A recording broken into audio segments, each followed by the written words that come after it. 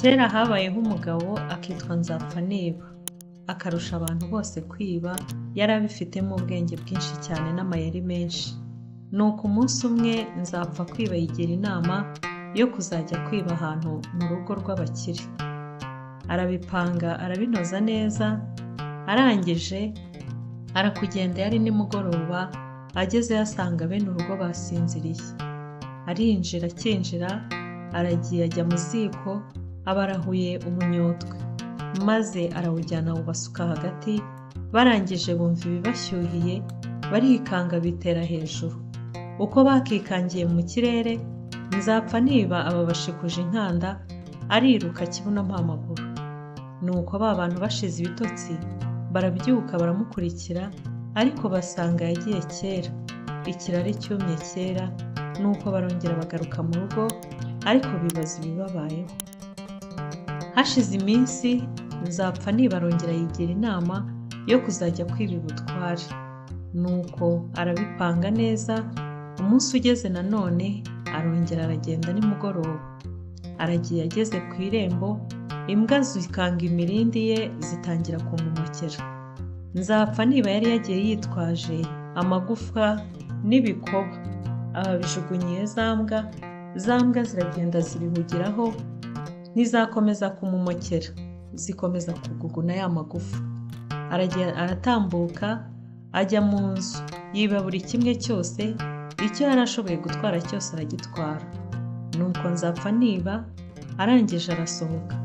Ageze mu muryango, abahuye n'imbwa, imbwa ibiramumukeye. Arakomeza aratambuka, imbwa nayo yanga kumureka, imwirukankaho igenda imumukera. Nzapfaniba niko kuyihindukirana, ayikubita umuhoro, icyasaya cyayo cyo hasi kiba kiraguye. Abagaragu bari baryamye mu nzu yo hanze, bumva imbwa iratatse cyane, babaduka biruka ngo bajye kureba icyo iyo mbwa ibaye. Nuko basohotse basanga imbwa irambaraye aho ngaho, Nzapfaniba nawe arimo ararembera yirukanka. Bahita bakomeza baramukurikira, bagenda bamwirukankaho. Bageze imbere, Nzapfaniba arabahindukirana, uwari ubari imbere abamukubise icumu mu nda, amutsinda aho ngaho. Ba bandi bose bari bamuri inyuma babibonye bagira ubwoba, baravuga bati uyu si umujura n'icyago.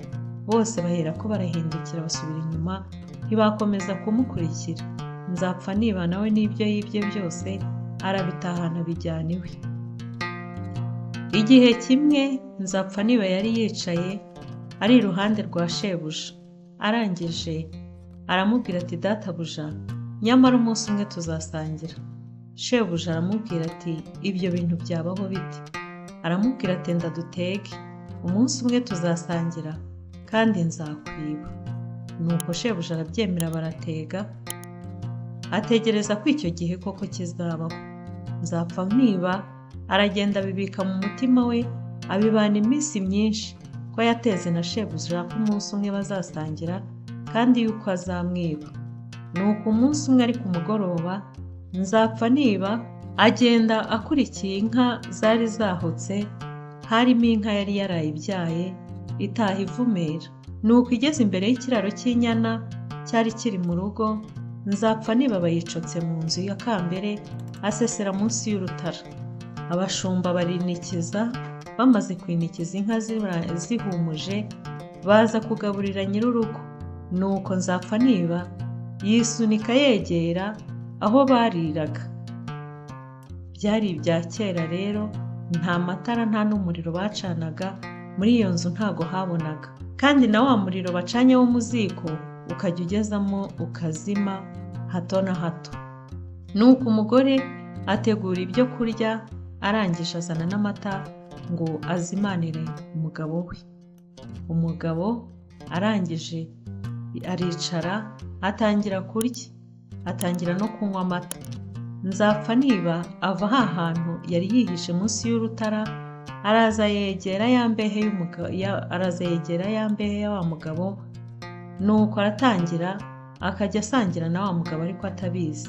Umugabo akatamira ibiryo, agasomeza n'amata, yasubiza hasi Nzapfaniba nawe agaterura ya nkongoro nawe akanywa kuri ya mata.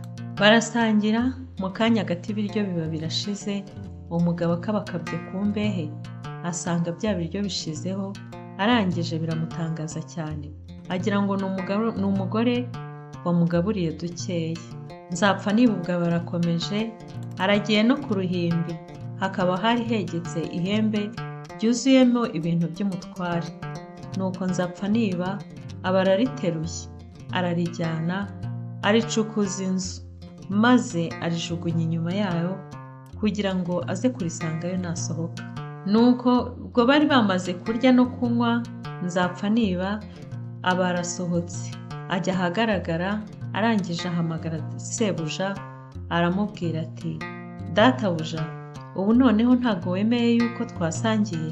Aramubwira ati, ngiki cya cyansi wanywereyemo nicyo nanjye nanywereyemo, na ya mbehe bakugabuririyeho nanjye niyo naririyeho. Arangije aramubwira ati, ngaho rero urabeho usigare amahoro, ndagiye, ejo nzagaruka kwenda integano yanjye.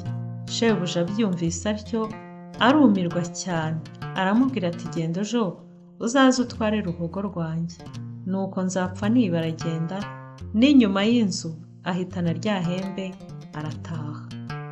Aragenda ageze mu ishyamba, yumva intare haruguru ye zirimo zirivuga. Nuko ubwoba buramutaha arikanga, ndetse ubwoba butuma yikubita hasi. Mu kugwa rero Nzapfaniba agwira rya hembe rimushinga mu rwano, nuko amaraso aradudubiza, Nzapfaniba aherako arapfa. Nuko shebuja ageze imbere ku rutara, ashakisha rya hembe rye araribura. Arivuze aravuga ati, cya cyago Nzapfaniba cyarijyanye.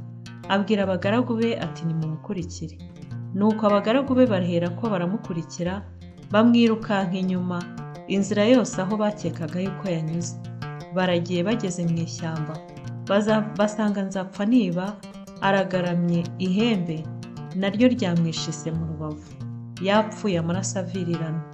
Nuko barangije barimushinguzamo, barataha, baragenda babitekerereza umwami. Umwami abyumvise ariheba, arumirwa cyane.